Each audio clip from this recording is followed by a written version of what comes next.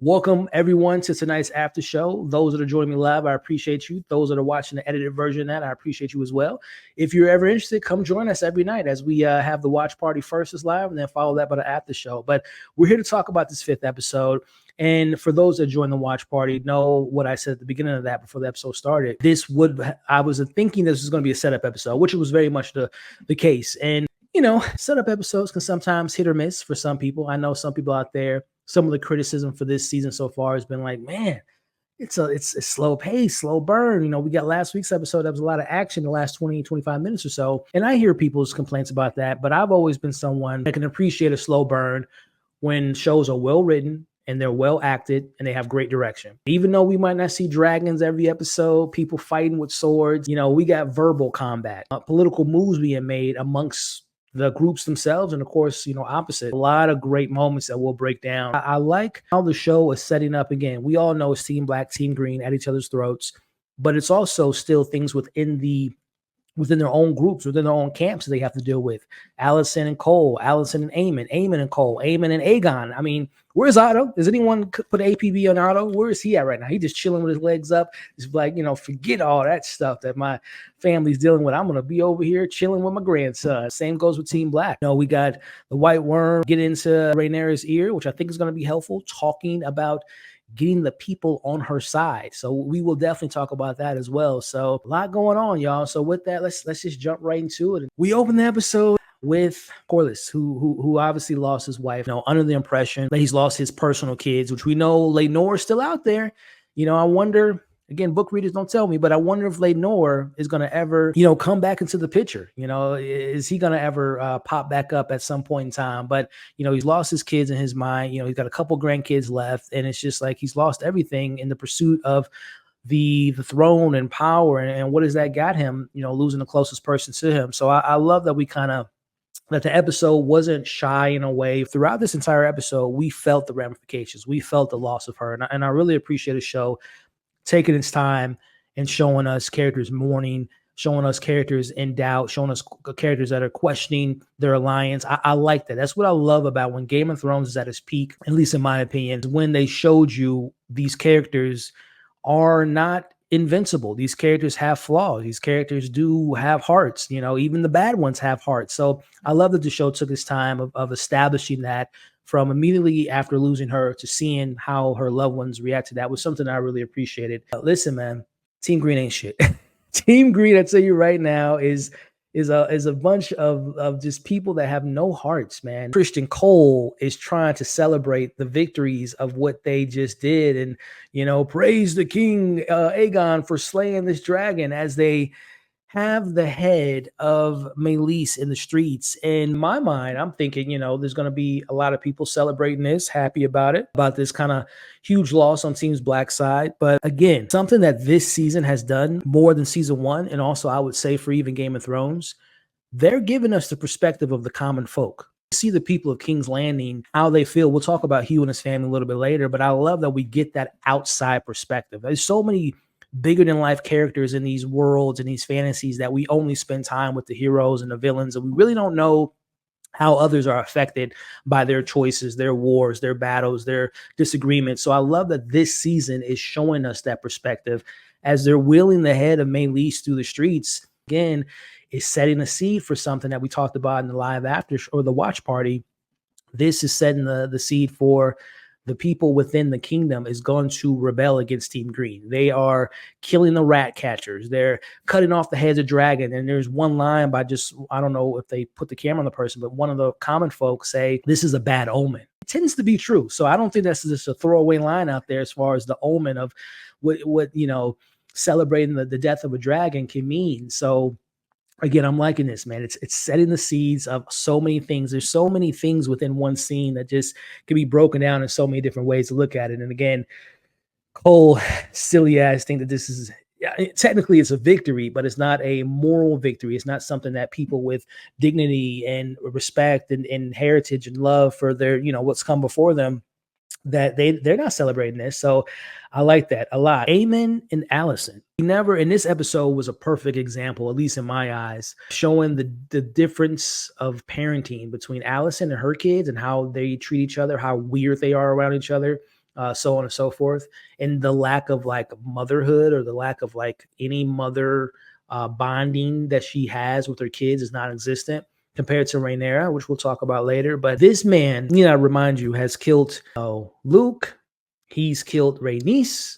He's, got his brother almost killed. I mean, this man is a walking chaos.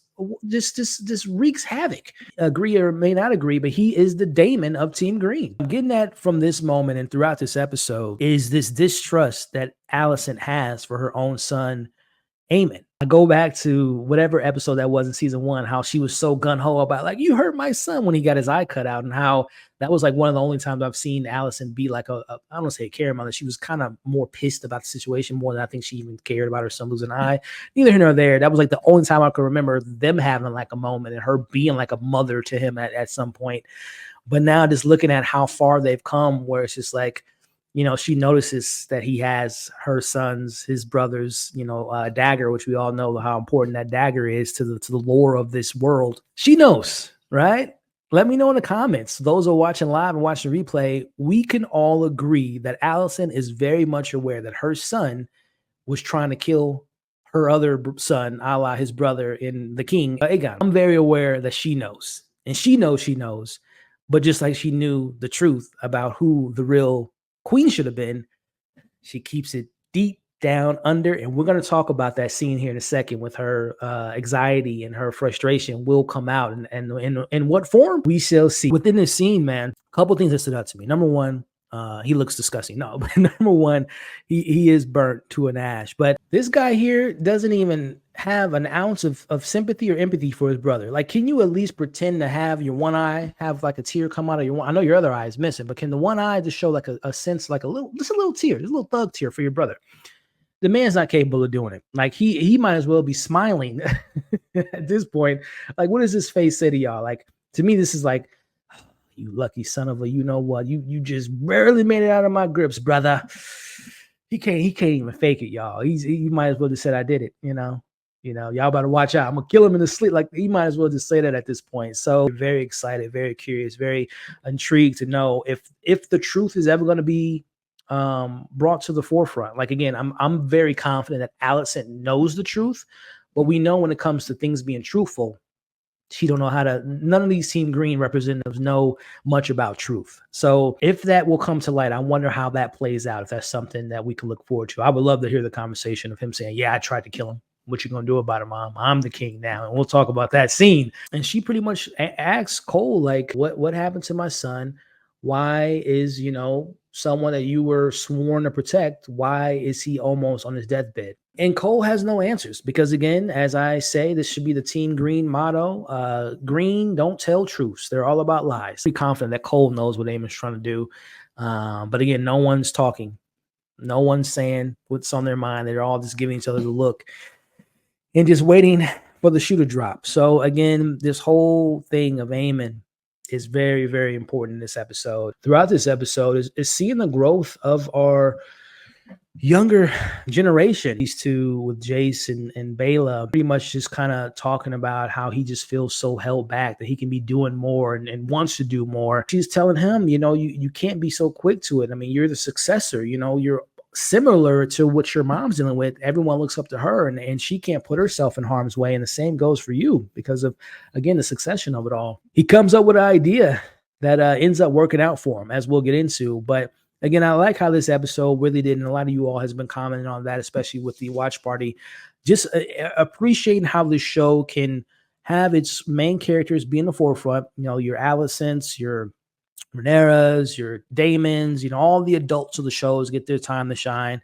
But something that this show does really great, and this was, obviously set back in season 1, is they know how to make their younger cast have a purpose. Like, the show is not afraid to have their younger actors be able to carry scenes. And I like that because, as someone that has seen my fair share of TV shows and movies, sometimes kid actors, younger actors can make or break scenes, can make or break like tone, consistency, your interest in things, because just like, and there's no, I'm not an actor and I'm not trying to be disrespectful to actors out there, but sometimes they just don't have the the gravitas. They just don't have the experience to really make you feel like they're being this noble, individual hero, bad guy, whatever the case may be. But this show, thank goodness to the casting that they pick some really good actors that can really carry a scene, man. And like I said, we saw that in season one. We saw that the various times of season one, and we see that now in this season. Again, we'll get to it later as far as MVPs, but I'm going to spoil it now. Bela and Jace came to play, man, and I really love that, and I love that these actors are growing up with the show. Options and moves tonight, and that's y'all favorite guy, Damon. I like Damon too, but after tonight's episode, we got to question some things about this young man's dreams that we'll get to a little bit later. But Damon's still trying to get army set up in Hall, and has the Blackwoods on his side. He's trying to get the Brackens on his side. But damn, what you have, demons, Damons, dragons, you got. We ain't with you just because you're in alliance with our sworn enemies. So I don't know a lot about the Blackwoods and the Brackens, but that this tells me everything about them. And I understand why Damon wants them on their side. If you can say burn us, I don't give a damn. Do what you got to do, and you turn your back on a dragon. That's a bad mother, you know what, man. So I can understand why you would want someone fighting next to you, because that's a bold move, man. White Worm. I like how she's telling Rhaenyra about, again, dragons, warriors, swords. You can have all the weaponry in the world. You can have all the firepower in the world, but it really stems down to the people. And I like how she kind of sets her birds to fly back into, as we'll talk about a little bit later, to King's Landing. The subtle comparison of torch being passed from, Rhaenys to her granddaughter, Bela. There's so much so in this scene that we see Rhaenyra telling her that you remind me so much of your grandmother. She's put a lot on Bela's shoulders so far in this season, man, doing the scouting that she did earlier. I think the show has definitely positioned Bela as the Rhaenys version, the 2.0, the younger version. He sends her on another big mission that we see come to fruition a little bit later. At least I think it's going to come to fruition, which is she gives her a case, and we all know what that case ends up being, which is offering Corlys to be her hand, which I think is a brilliant idea. Again, having the sea power on your side is very critical. So very, very smart moves by Rhaenyra. What is going on in this man's head right now is pretty crazy. Whatever Alice put on this man, Mike Flanagan hunting on Harrenhal. So as the scene plays out, he's having another nightmare, and I'm thinking he's sleeping with brother's wife that passed away, one after giving birth.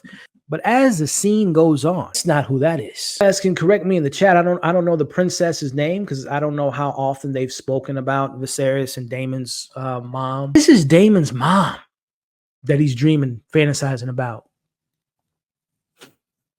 I know there's a lot of Daemon fans out there, and truthfully, I like what he brings to the table. And there's moments I'm like, yeah, Daemon, hell yeah, bro, get it done.